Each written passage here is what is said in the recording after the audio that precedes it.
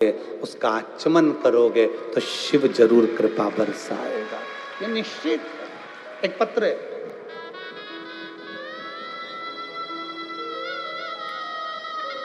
मैं ममता दिनेश सिंह सिसोदिया राजपूत, मेरा mobile number ये है।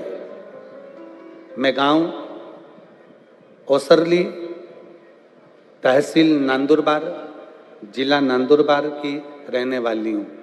कहीं बैठी हो तो हाथ हिला सकती हूँ। आप ही हैं? ऐसा हाथ हिला दो। बच्चा आया है साथ में? हाँ, लिया हो, इसको लिया हो। मैं बाबा का क्या वर्णन करूं गुरुदेव। शादी के 1 साल, 2 साल, 4 साल, 5 साल, 6 साल, 7 साल, 8 साल, 10 साल हमने इंतजार करा कि बच्चा हो जाए। डॉक्टरों को दिखाना प्रारंभ करा पर संतान का सुख नहीं आया। 12 साल निकल गए, 13 साल निकल गए, 14 साल निकल गए, 15 साल निकल गए, 16 साल निकल गए, 17 साल निकल गए, 18 साल निकल गए, शादी के 19 साल निकल गए, शादी के 20 साल निकल गए, शादी के 21 साल निकल गए, शादी के 22 साल निकल गए, पर संतान का सुख नहीं आया। महाराज, ऐसा कोई डॉक्टर, ऐसा कोई देवता जिसके दरवाजे पर नहीं गए हो, गोदी ना भरवाई हो, हर जगह पर गए पर संतान का सुख नहीं आया। तब 22 साल शादी के निकलने के बाद पहली बार आपकी कथा टीवी पर लॉकडाउन के समय पर सुनना प्रारंभ करा। और बाबा की कृपा का मैं क्या गुणगान करूं गुरुदेव। हमने नासिक में टेस्ट बेबी भी करवाया, पुणे भी गए, मुंबई भी गए, पर कोई लाभ नहीं मिला। आखिरी में हम कुबरेश्वर धाम सीहोर चले गए। वहां गए, कंकर शंकर का पूजन करा, पूजन कर कर बाबा का रुद्राक्ष लिया।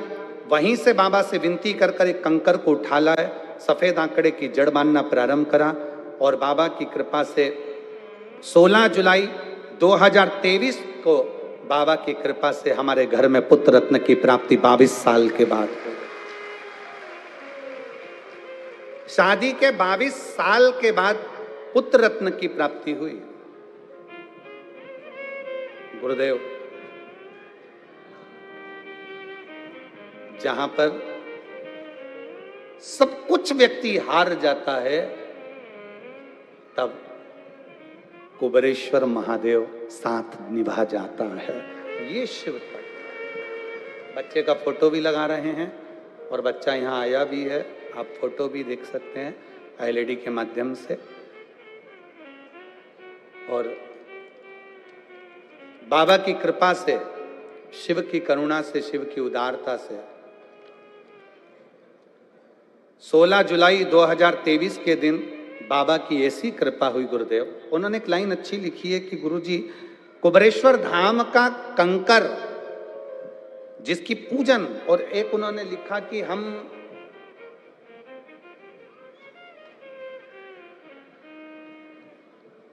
रुद्राक्ष महोत्सव में पहुंचकर बाबा से विनती करना, पशुपति नाथ का व्रत करना।